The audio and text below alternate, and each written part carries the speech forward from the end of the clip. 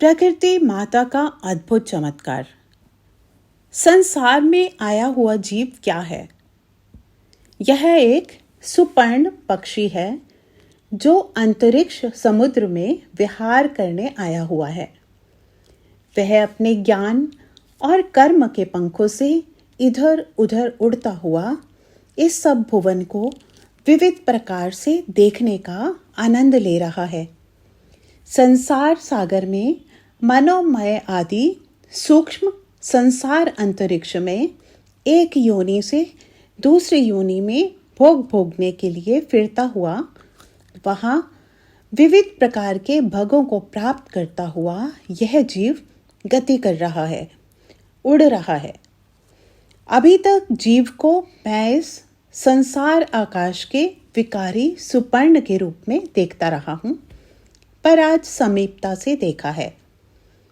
ज्ञान परिपक्व हुए मन से इसे समीपता से देख रहा हूँ तो इस जीव प्रकृति संयोग को मैं और ही रूप में देख रहा हूँ। मैं देख रहा हूँ कि उसे माता चूम रही है और वह माता को चाट रहा है। प्रकृति माता, मैं कहूँगा परमेश्वरी प्रकृति जीव से प्रेम कर रही है और जीव इस माता से सुख पा रहा है। जीव के प्रकृति से जुड़ने का, जीव के संसार में आने का यही रहस्य है।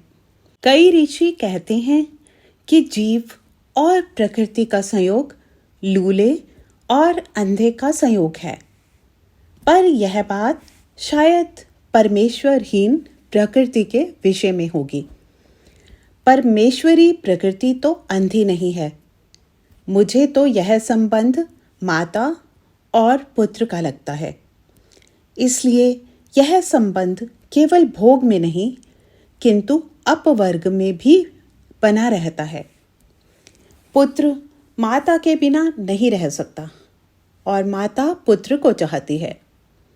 ऋषि ने ठीक कहा है कि पृथ्वी सब भूतों को मधु है और सब भूत पृथ्वी को मधु हैं। वास्तव में दोनों एक दूसरे से सुख पा रहे हैं, एक दूसरे को सुख दे रहे हैं। क्या हम ही प्रकृति से सुख पाते हैं और प्रकृति हमसे सुख नहीं पाती?